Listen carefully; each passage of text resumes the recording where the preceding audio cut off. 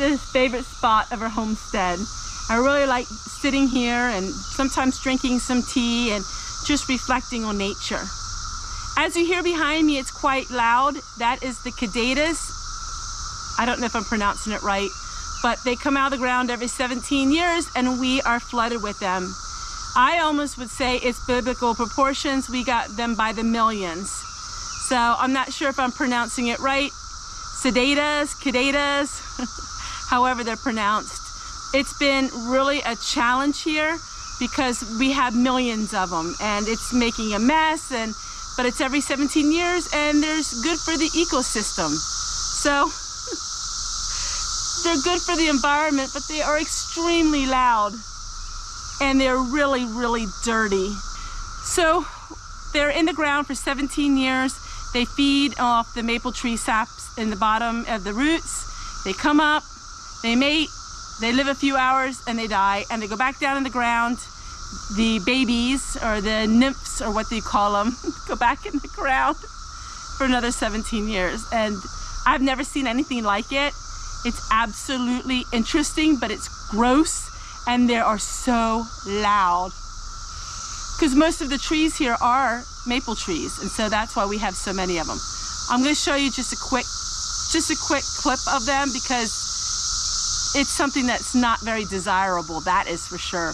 I do feel like it's like in Bible times. I know they used to talk about when you heard the locusts coming and in the 1800s and how the locusts came, and thank God these are not locusts. They don't eat anything, but they don't destroy anything, but they are a nuisance, let me tell you that.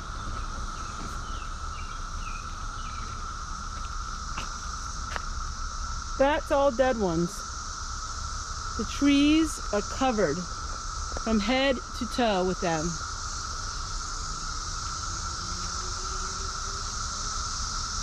You can barely even walk. It's just so gross. It's just so extremely gross. Right, enough of that.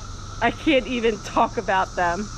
You know, I gotta keep thinking that when they die, they're full of nitrogen, which they say is really good for the trees, but I just don't like looking at them. And I'm constantly brooming off the dead ones and constantly cleaning up after them, but I guess that's what happens every 17 years. Not sure if it's this bad in every state. I really don't know anything about it, but here in Pennsylvania, it is bad. You can call this video a video of all kinds of updates, because I want to share with you my Dollar Tree laundry basket growing. So I've been picking off of this for weeks and weeks and weeks, and I had videos sharing with you. But this is probably the last picking that I'm going to do. This idea with the spinach was amazing. This was an amazing experiment. It worked perfect. And I would do it every single year. I will continue to do this project. So I'm going to go ahead and harvest the leaves one last time because it is so hot here now that everything is just going to bolt. What I don't pick, I'm going to give to the chickens because they will love it.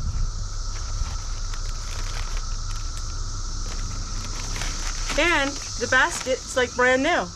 So you can have the basket for the next time you plant, which will be in the fall. Spinach you plant in the spring and in the fall. Spinach is a cool weather crop.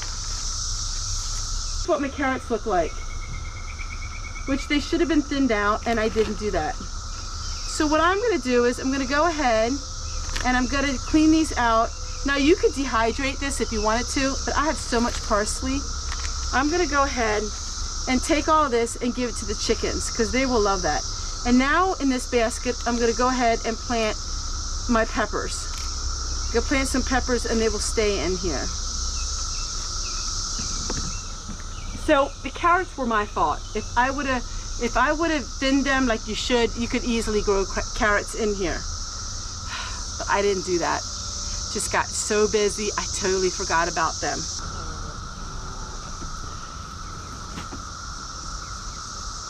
Come on, babies.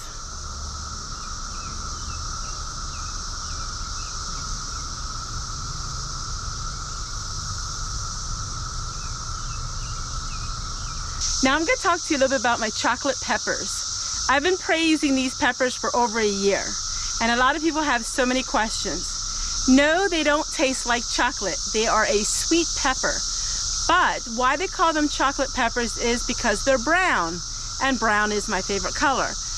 But when they become ripened, they turn almost purple. And when you dry the peppers, they turn a beautiful color that makes it just really different and look to it when you dry them and grind them up. So I dry them, grind them up for a sweet pepper to add in my spaghetti sauce. I grew these by seed. I've not seen plants. You have to get the seed. And I'm going to be planting them on the deck here in my grow pots. I do have some in the garden, but last year the deer were eating at my plants, and I do not want the deer to eat my prized chocolate peppers. I started these back in February. So we're going to go ahead and plant them in these.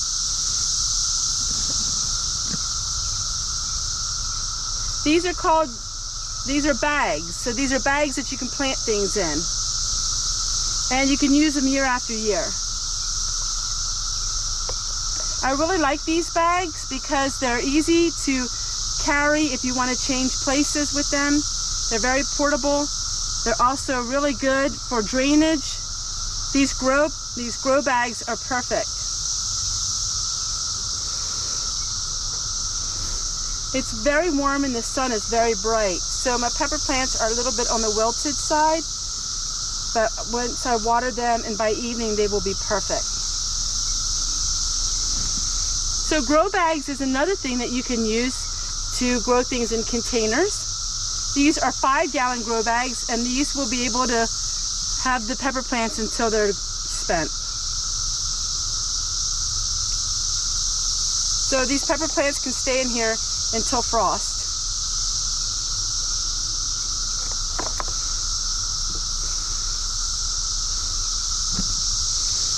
And because they drain so well, you will not rot your deck. A lot of people ask me about my deck. No, it's never rotted anything. I do not keep most of this stuff out in the wintertime though. So in the fall, I bring everything in. I clean all of my pots and put them away.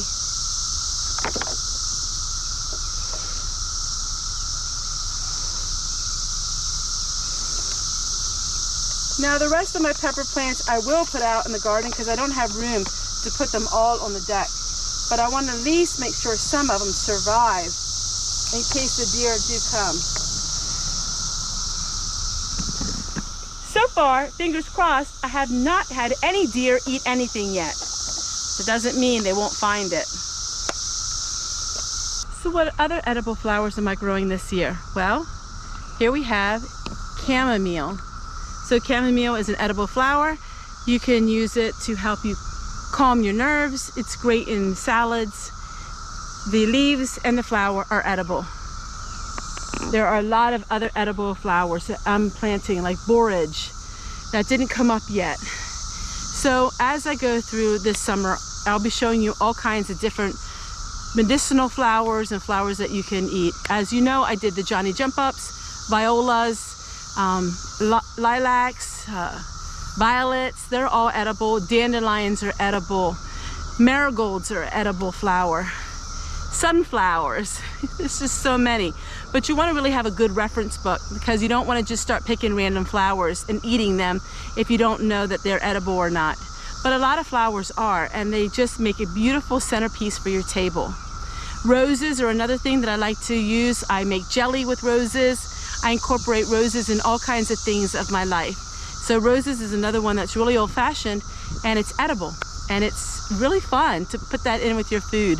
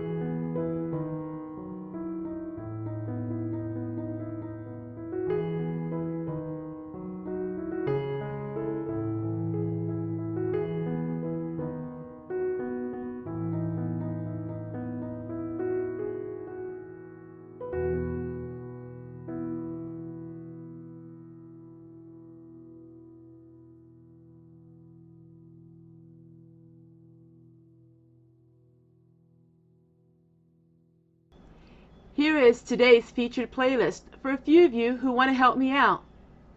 Thanks for watching.